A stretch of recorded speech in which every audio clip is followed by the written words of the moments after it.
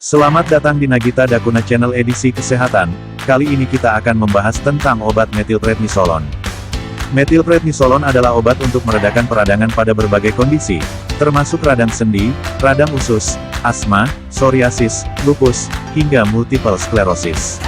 Obat ini juga bisa digunakan dalam pengobatan reaksi alergi yang parah. Metilprednisolon bekerja dengan cara mencegah tubuh melepaskan senyawa kimia yang memicu peradangan. Dengan begitu, gejala peradangan, seperti nyeri dan pembengkakan, akan berangsur mereda. Metilprednisolon juga bisa digunakan untuk mencegah reaksi penolakan dari tubuh setelah transplantasi organ. Obat ini memiliki efek imunosupresif yang bekerja dengan cara menekan respons sistem kekebalan tubuh.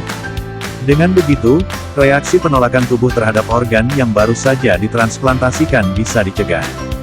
Merek dagang metilprednisolon yaitu Charmeson, Comedrol, Cormetison, Cortesa, Depomedrol, Hexilon, Intidrol, Lameson, Lexcomet, Medixon, Metilon, Metrison, Meticon, Novestrol, Padilon, Retnox, Timelon, Urbason, Fadrol, Yalon. Obat metilprednisolon termasuk obat kategori C.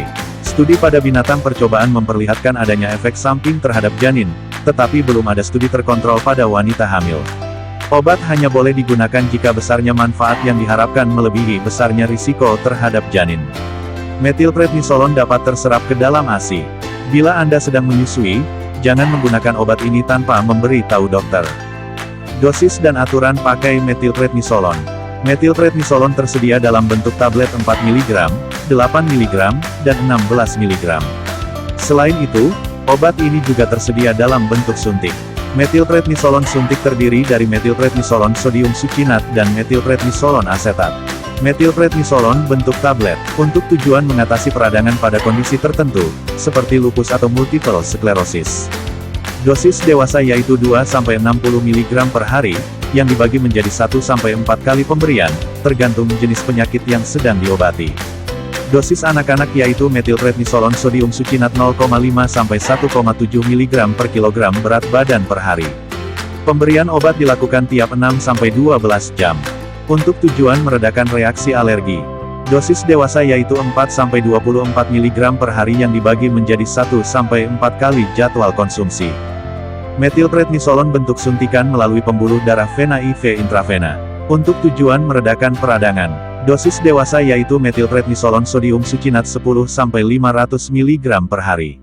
Dosis kurang dari 250 mg diberikan dengan suntikan selama minimal 5 menit.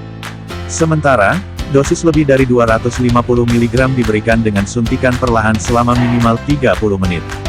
Dosis anak-anak yaitu 0,5-1,7 mg per kilogram berat badan per hari. Untuk tujuan meredakan asma berat atau status asmatikus. Dosis dewasa yaitu metilprednisolon sodium succinat 40 mg. Dosis dapat diulang tergantung respons tubuh pasien. Dosis anak-anak yaitu metilprednisolon sodium succinat 1-4 mg per kilogram berat badan per hari selama 1-3 hari. Untuk tujuan mencegah reaksi penolakan tubuh setelah transplantasi organ. Dosis dewasa yaitu metilprednisolon sodium succinat 500-1000 mg per hari. Dosis dapat diulang sampai kondisi pasien stabil, biasanya tidak lebih dari 3 hari. Dosis anak-anak yaitu metilprednisolon sodium succinat 10-20 mg per kilogram berat badan per hari selama 1-3 hari. Dosis maksimal 1000 mg per hari. Bentuk suntikan melalui pembuluh darah vena IV intravena. Untuk tujuan meredakan reaksi alergi. Dosis dewasa yaitu 4-24 mg per hari yang dibagi menjadi 1-4 kali jadwal konsumsi. Metilprednisolon bentuk suntikan melalui otot IM intramuskular. Untuk tujuan meredakan peradangan. Dosis dewasa yaitu metilprednisolon sodium succinat 10-80 mg per hari, atau metilprednisolon asetat 10-80 mg tiap 1-2 minggu sekali. Dosis anak-anak yaitu metilprednisolon sodium succinat 0,5-1,7 mg per kilogram berat badan per hari. Metilprednisolon bentuk suntikan langsung pada sendi intraartikular. Untuk tujuan meredakan peradangan. Dosis dewasa yaitu metilprednisolon asetat 4-80 mg. Dosis dapat diulang tiap 1-5 minggu tergantung respons pasien terhadap pengobatan. Metilprednisolon bentuk suntikan langsung pada lesi atau lokasi yang sakit intralesi. Untuk tujuan mengatasi peradangan. Dosis dewasa yaitu metilprednisolon asetat 20-60 mg, tiap 1-5 minggu sekali tergantung respons pasien terhadap pengobatan. Untuk tujuan mengatasi dermatosis peradangan pada kulit yang respons terhadap kortikosteroid. Dosis dewasa yaitu metilprednisolon asetat 20-60 mg, sebanyak 1-4 kali. Jarak pemberian antar dosis tergantung pada jenis lesi dan durasi kesembuhan dari suntikan pertama. Interaksi metilprednisolon dengan obat lain. 1. Peningkatan risiko terjadinya kejang jika digunakan dengan ciklosporin. 2. Peningkatan risiko terjadinya hipokalemia jika digunakan dengan amphotericin B atau diuretik. 3. Peningkatan risiko terjadinya aritmia jika digunakan dengan digoxin. 4.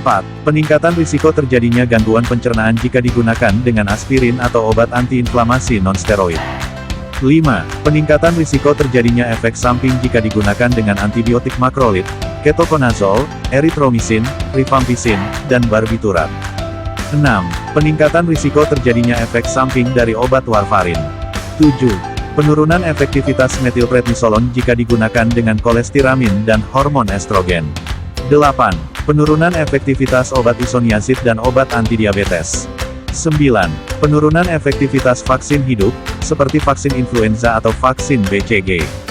Efek samping metilprednisolon yaitu mual atau muntah, pusing, sakit kepala, perut kembung, sakit ma atau heartburn, nyeri otot, nafsu makan menurun. Sulit tidur, peningkatan kadar gula darah, mudah terkena infeksi, siklus haid tidak teratur, muncul jerawat, pembengkakan di tangan atau pergelangan kaki akibat penumpukan cairan, gangguan emosi dan suasana hati, seperti mudah marah. Efek samping serius metilprednisolon yaitu gangguan penglihatan, seperti penglihatan buram, nyeri pada mata atau penyempitan lapang pandang atau tunnel vision, kulit kering, memerah, menipis, bersisik, atau mudah memar, kadar kalium rendah yang bisa ditandai dengan gejala berupa detak jantung tidak teratur, tubuh terasa lemah, atau kram otot. Gangguan irama jantung, depresi berat atau gangguan perilaku, muntah darah atau BAB berdarah, kaki bengkak, berat badan tiba-tiba naik, atau napas menjadi pendek, kejang. Konsultasikan ke dokter jika efek samping tak kunjung reda atau justru semakin memburuk. Salam sehat, sampai jumpa di video selanjutnya. Terima kasih.